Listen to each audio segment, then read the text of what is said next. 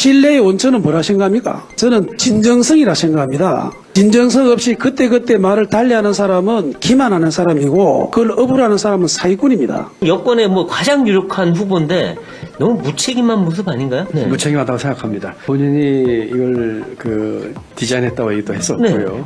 제가 오늘 점심에 몇몇 분들하고 얘기가 나왔는데 거기 원주 면제에 자살하신 분들 계세요. 네. 제가 금액은 정확히 모르겠지만 한 200여만 원 주고 수령한 것을 나중에 예, 맞습니다. 200만 원 주고 수용했는데 해서 그게 지금 나중에 분양가가 2천만 원이 넘어요. 됐거든요. 네. 우선은 그 일을 책임졌던 위치에 있던 사람으로서 네.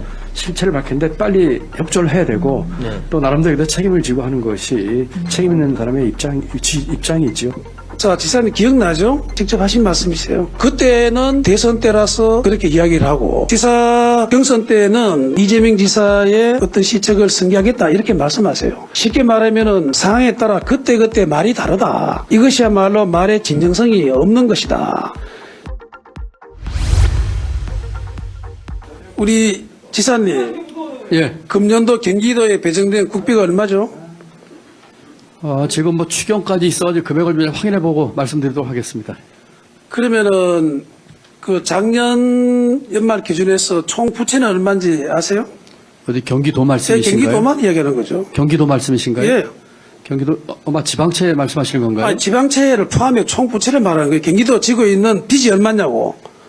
제가 모르십니까? 자료를 좀 보고 아니, 말씀드릴 것 그 같습니다. 빚은 자료를 떠나서 살림을 인수인계 받으면 돈이 얼마 있고 빚이 얼마인지는 기본 상식 아니에요? 그러면은 이자가 얼마 나간지도 모르고 있겠네요. 지금 경기도 시군 그 지역개발 채권 융자금 포함해서 3조 7천억 정도가 경기도 총 부채입니다. 그러니까 네. 부채인데 그러면은 1년에 부담하는 이자 부담액이 얼마라고 생각하세요? 이게 알고 있습니까? 3조 7천억이 만약에 전부 다 이자를 내는 것이라고 하면 여기에 이제 곱하기 이자를 하면 되겠죠. 아니 이자 얼마 나가는지 그 정도는 기본 파악돼야 되는 거 아닙니까? 그러면은 이 부채를 갚기 위해서 상환하기 위해서 어떤 노력을 하고 있고 어떤 의지를 가지고 있나요? 이 부채가 의원님 좀 성격을 봐야 되는데요. 그러니까 성격을 떠나서 부채가 많다는 것은 이자가 많이 나간다는 이야기고 작년 말만 기준에 하더라도 594억이에요.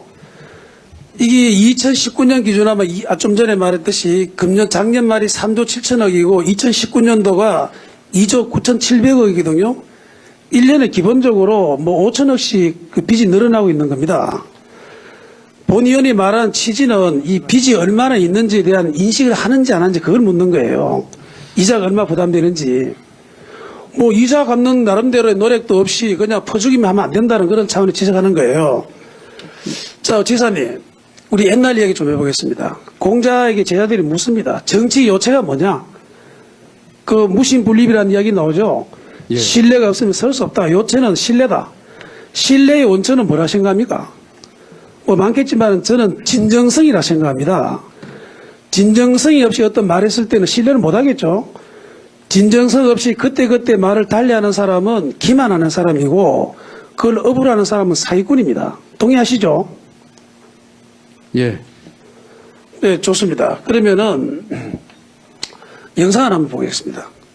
왜냐하면 국비를 지금 이렇게 13조 2천이나 수고하는 이런 기관장의 어떤 생각을 가지고 있는지, 어떤 관점을 가지고 있는지, 인성은 뭔지, 철학은 뭔지, 이것을 국정감사에서 살피는 것은 매우 중요하다 생각하기 때문에 제가 말씀드립니다. 자, 동영상 한번 보시겠습니다.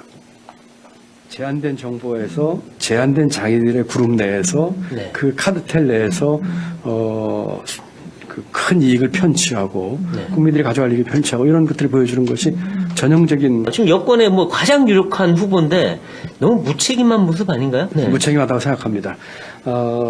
본인이 이걸 디자인했다고 얘기도 했었고요. 네. 제가 오늘 점심에 몇몇 분들하고 얘기가 나왔는데 거기 원주 면제에 자살하신 분들 계세요. 네. 제가 금액은 정확히 모르겠지만 한 200여만 원 주고 수령한 것을 나중에 예, 맞습니다. 200만 원 주고 수용했는데 해서 그게 지금 나중에 분양가가 2천만 원이 넘어요. 됐거든요. 네. 우선은 그 일을 책임졌던 위치에 있던 사람으로서 네. 실체를 밝히는데 빨리 협조를 해야 되고 네. 또 나름대로 여기다 책임을 지고 하는 것이 책임 있는 사람의 입장이지요. 자, 지사님 기억나죠? 이 작년 지함기 대선 후보 무렵에 10월 6일 날 조선일보 그 정치 펀치를 유튜브에 출연해서 직접 하신 말씀이세요. 기억납니까? 네, 납니다. 그런데 자, 그 다음 영상도 하나 볼게요, 그러면. 제한된 정보에서 제한된 지금의 여러분, 짧습니다. 포주기식의 그 공약은 네. 국민 여러분들께서 현혹되시면 안 됩니다. 네. 이 네. 공짜가 아닙니다. 이게 네. 언젠가는 우리가 부담이 되고 네. 이게 우리 자식이 부담이 될지 또는 우리 살아생전에 이게 될지 모르겠습니다. 자, 좀 전에 문제는 작년에 그 대선 과정에 당시에 이제 이재명 지사죠. 후보죠. 그 대장동에 대한 비판적 시각을 드러냈고 맨 같은 시간대에 이 소위 말하는 퍼주기라는 공짜가 없다. 다 미래세의 부담이다. 이런 취지로 말씀하신 거는 확실히 기억하시죠? 네, 기억납니다. 예. 이게 좀 바뀐 게 있습니까? 그때만 그대로입니까?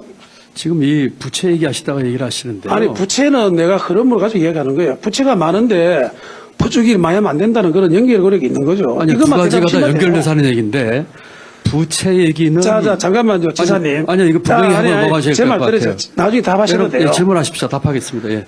그래서 본 의원이 핵심적으로 말하는 것은 그때는 대선 때라서 그렇게 이야기를 하고 또 이제 지사 경선 때는 이재명 지사의 어떤 시책을 승계하겠다 이렇게 말씀하세요.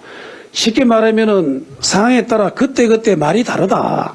이것이야말로 말의 진정성이 없는 것이다. 정치 지도자로서 진정성이 없다는 것은 신뢰를 과연 받을 수 있는가 이걸 지적하는 겁니다. 그래서 이게 과연 이 변환 과정이 어떤 의미가 있는지 그때 다르게 있는 건지 한번 간단하게 그것만 말씀해 보세요. 팩트만. 의원님 질문 다 하시죠. 의원님 시간 끝나고 제가 답변을 드리는 게 어떨까 싶습니다. 아, 좋습니다. 그러면 지사님이 되고 난 다음에 나름대로 여러 가지 공약을 지금 하시고 이를테면은 지체 좀 전에 박승민 의원도 많이 했듯이 많은 이런 지원하는 사업을 하고 계시죠? 예를 들어서 문화인들의 1인당 100만 원을 준다는 그런 공약도 있던데 그거 시행하고 있나요?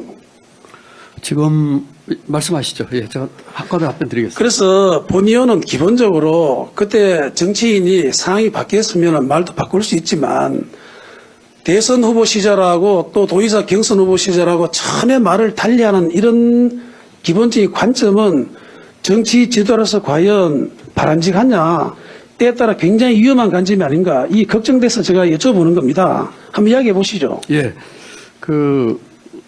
차곡차곡 말씀을 드리죠. 지금 부채 얘기를 하셨는데요.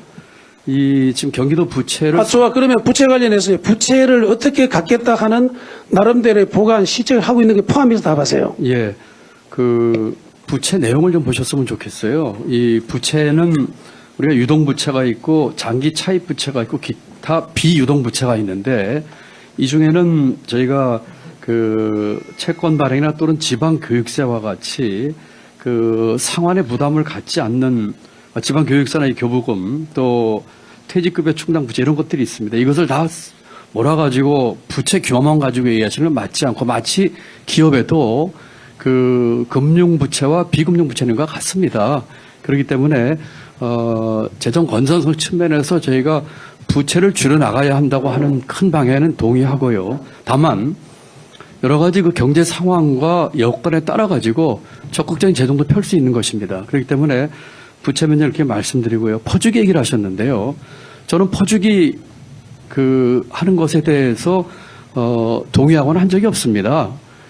다만 저는 오랫동안 정부 재정을 하면서 돈을 더 써야 할 때가 분명히 있습니다. 첫 번째가 국가적인 경제나 사회 위기가 왔을 때고 두 번째는 투자 효율성이 확실히 있을 적에 시장에서 할 수 없는 것들을 공공에서 할 때입니다. 때에 따라서는 필요한 것이 있습니다. 우리 사회의 지속 가능성을 위해서